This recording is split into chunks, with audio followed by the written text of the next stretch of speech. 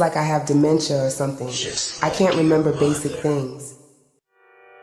Time moved backwards and forwards on Tuesday. When I looked into the mirror, I barely recognized myself. Your memories will feel foreign to you because they have been repressed, maybe for centuries. That retrieval of suppressed memories method we did last week. Just like her and the one before. I think you erased my own memories and replaced them with someone else's. These exact memories aren't yours. Through trauma, they have latched onto your lifeline's timeline. When I blink, I get these visions of other people. This family, I don't know who they are. There was a fire. I see a burnt black ugly man. And what does he have to do with this woman? She was sick and pregnant with these girls. I think they were sisters, but one went missing or something. You said you would help retrieve suppressed memories. How do I know if it's working when I don't even remember who I am? Just like your mother. Just like her and the one before. When will these visions stop? What does this all mean? That black burnt man keeps whispering something about following him. Who is this girl? And what does she have to do with me? When will my memory come back? Our method does have its kinks, as I explained before. I came to you for answers, and now I have more questions. Do you remember what you told me? You said that before trying this method you wanted to know what drove your mother to give you up for adoption. You may not know now, but I promise you I will help you put the pieces together. I know you said there are no reversals, but I don't know if I can take this any longer. Can you give me someone else's memories? Or maybe a clean subconscious or something? I asked for this, but this isn't what I expected at all.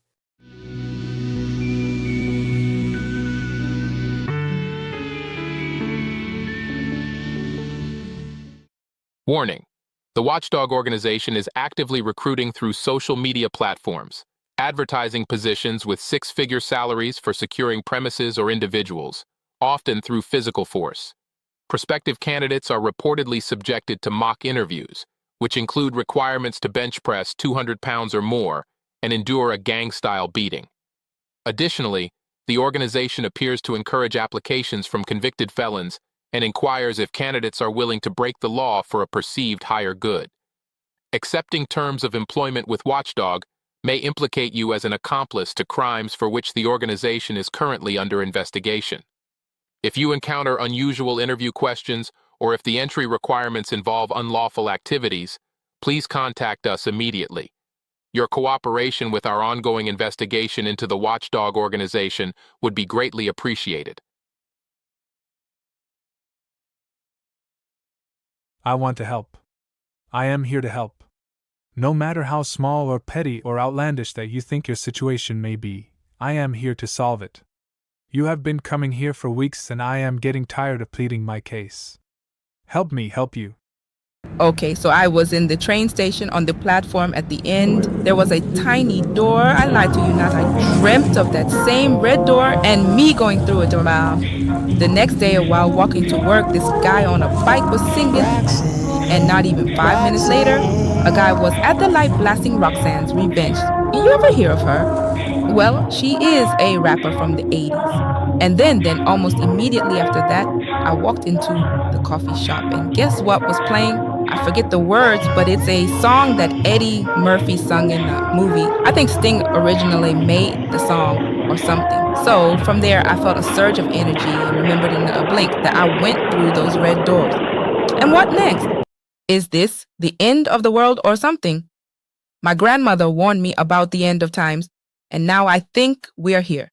What do you say about that? Absolutely. You said you can solve coincidences. You have one more session with me and you can fill it with questions I've already answered over and over again. Or you can tell me what's going on and not waste any more time. Please. Well, here is one. Every time I go outside, for the last 3 months, I see the same license plates numbers, different cars, same numbers. What does this mean? I know there is a bigger meaning. Absolutely, we have a procedure that will get to the bottom of this. My team of specialists are trained in our newly developed transhaptic repressed suppressed memory retrieval method. In layman's terms, with your consent, we will use our cutting-edge technology to put your coincidences, happenstances, or reoccurring thoughts together in order to solve any conundrums that may puzzle you. Most times, the answers are in your routine, forgotten memories of the subconscious or somewhere in your unconscious mind-body. Our method records the electromagnetic impulses captured by our transspatial suit. Your ideas, sounds, and thoughts will be converted into pictures that you will instantly have access to in the form of a slide deck. Our psychoanalysts and team of psychologists work with you in order to get a resolution that makes sense. Though the process is long and very sophisticated, you will leave us with a deeper understanding of self, unparalleled to any method on earth. My question to you is, are you ready to step into your future self? Attention everyone, join the team that moves millions. In a bold and ethically fraught move, billionaire investors and leading scientists have spearheaded an initiative to engineer test tube babies designed to function as lower-level service workers, particularly targeting roles within vast warehouse operations. This initiative, long shrouded in secrecy, has recently been exposed, igniting widespread protests across the United States as human rights organizations rally against what they view as a severe breach of ethical standards. The project began under the guise of advancing genetic research to combat diseases and enhance human capabilities. However, it soon veered into controversial territory, with geneticists manipulating embryos to create individuals predisposed to perform physically demanding repetitive tasks typically found in warehouse settings, roles often characterized by high turnover and low job satisfaction. As news of the initiative spread, it sparked an immediate backlash. Advocates for human rights argue that engineering individuals for specific labor roles strips them of personal agency and the freedom to choose their own paths in life. Critics have condemned the project as a form of modern-day eugenics, drawing parallels to dystopian narratives where individuals are not born but manufactured to fit into a predetermined societal slot. Legal experts and ethicists are deeply concerned about the implications of creating life forms tailored to corporate needs. They question the legality of such practices, suggesting that they could violate both domestic and international laws pertaining to human rights and genetic manipulation.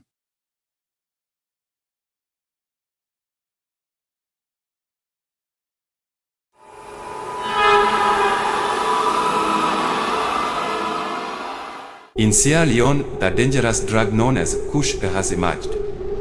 The process of smoking Kush typically involves mixing the synthetic drug with other substances to create a potent and dangerous concoction. Kush, the cheap and highly toxic synthetic cannabinoid, is often sold in small packages and resembles dried herbs or plant material. Users sometimes lace it with additional chemicals, including embalming fluids, industrial solvents, or other unknown additives to intensify the effects.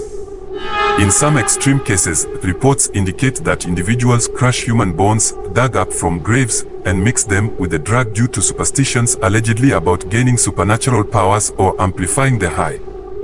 The mixture is then rolled into paper or smoked in pipes similar to cannabis. The inhalation of these substances produces an intense but short-lived euphoria, followed by severe side effects such as hallucinations, seizures, erratic behavior, and extreme dependency. Do you ever wonder when you pay attention what the actual cost is and the power of the currency being exchanged? This is the story of Isis, the woman who sold her soul to entertain you. Isis dreamed of stardom and finally achieved it. Money, fame, and exclusivity. When she dreamt her dream, she called upon her audience before they even existed, summoning them from the depths of her imagination, calling on you in the sixth dimension. One day, at a high-profile party, she was offered a special drink. A single sip transported her to another realm, where a sinister entity lingered, visible only to her. The drink awakened an insatiable thirst within her, altering her appearance and unleashing a maleficent spirit that preyed on her deepest fears. She found herself trapped in the very television that had brought her fame, typecast and confined to a role that suffocated her true self. She could no longer speak her truth, forced to smile and be the perfect good girl while the world crumbled around her. Isis began to lose herself, her face, her identity, to an invisible crowd. She became a caricature of who she once was, spiraling deeper into a realm of nothingness, where nothing mattered. Finally he propositioned her. "This torment will stop if you give your soul to me," he said. How? She asked. And why me? He spoke of her influence, how she was a symbol of progress and inspiration, that was the elephant in every room she entered. He explained that if she bowed to him, the next generation would face a greater struggle, or perhaps they wouldn't fight at all. bound by the covenant she forged with him. Fight what? There is no fight, she said. Why do I have to have a higher purpose in my profession? Why can't I just entertain? I don't care what I symbolize. That's some bull. Why did you decide to creep up in my drink? Cause I'm black? You thought I wanted to save the world? You terrorize Susan like this? Or Jim? Oh yeah, we have a special concoction for everybody. Matter of fact, I'm not selling you nothing. Not for the greater good. Not for any deep philosophical reasons. I don't like the way you're going about this, trying to proposition me. I am the creator. I created this world. This is my dream. You're in my dream. You think I didn't think you would come? Because I made you. I knew what came with the fame. I knew what came with the money. I knew what came with the recognition because I made you. I just gotta remember how to get out of here. That's all. She replied, splitting her mind into two. She battled with herself to create a higher vision for her future. Not for anyone else but herself. Just say the words, he taunted. I can't sell you something that I do not own. She knew her soul belonged to her higher power, and by her giving this entity dominion over her, she would give her power to the powerless. And what good would that do? Not for goodness' sake, but just for power's sake. She was a woman of thrift, and was against wasting valuables in any way, especially time. Cursing the silly imaginations that she dreamed of as a child very vividly. Hence she recognized the face of the demon that tried to trick her. She named him, and even at times threatened to sick him on her enemies. She thought she buried him, and now she has resurrected him, to sabotage her own success. How will she get out of this labyrinth of a realm that she built in the recess of her mind? She searched deeper inside herself for answers. The window of her sanity was closing in. Remember that time when you were a little kid? Your mother said don't go jumping on the bed, because if you fall, the doctors will be called, but nobody can fix a broken head. A song that she used to sing to remind herself that if she were to play crazy and really go crazy, nobody on earth could fix her but her. Tricky, tricky Bob, the legendary con. He will make you change your name and then ask you who you are. If you answer right, he won't be as polite. The next thing he will do is trick you out of your life. Her grandmother used to sing this song to remind her how the world truly is. She began to realize that the answers might be in her childhood songs. She began to recite the ones she could remember. Losing oneself and regaining one's power is an art that she admired in the hero's journey. Before the last stage in transmutation into the unknown, she remembered the family jewels. Her great-grandfather told her father, and this is how it goes. Grandpa was a good man, but his father wasn't so. Papa picked up all the vitriol. Now I reap what he sowed. With every generation, the trait skips a beat. It might not show itself today either way. You must cultivate and protect your peace. Cousin found it in a bottle, so she drank a little more. She found a friend in the bottle, and he carried her to the morgue. So don't ever bargain with the fable, because he will always leave you scorn. If you forget, like she forgot, look for the red double doors.